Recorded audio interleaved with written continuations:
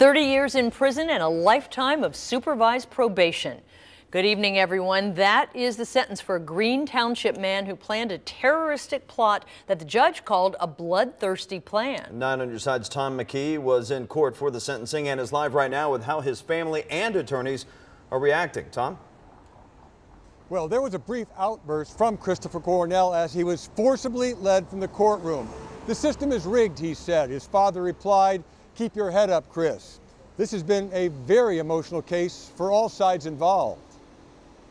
I love and support my son, and I will until the day I die. That's how a visibly upset John Cornell reacted to the 3-decade sentence for his son Christopher Monday. Cornell said nothing as Judge Sandra Beckwith passed judgment.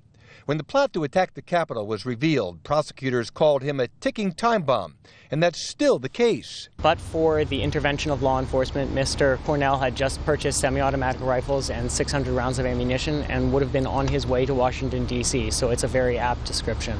Defense attorney Marty Penalist asked for a sentence of 10 to 20 years, saying Cornell's plan was fantasy, not reality. I don't see that this was a plan other than a magical thinking plan that he had at the time.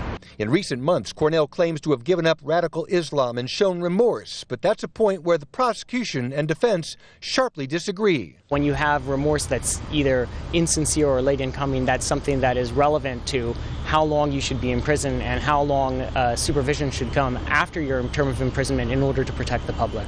Well, I think his remorse came when he was in isolation and inwardly looked at his activities. So I can't say it's gallows remorse. I don't care what term you put it.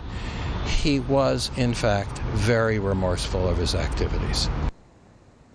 Now, much of this case was driven by a confidential government informant that John Cornell says had a story that was a total fabrication. The prosecutors say, no, there was no informant involvement until after Christopher Cornell had put his radical ideas and plans out for everybody to see on social media.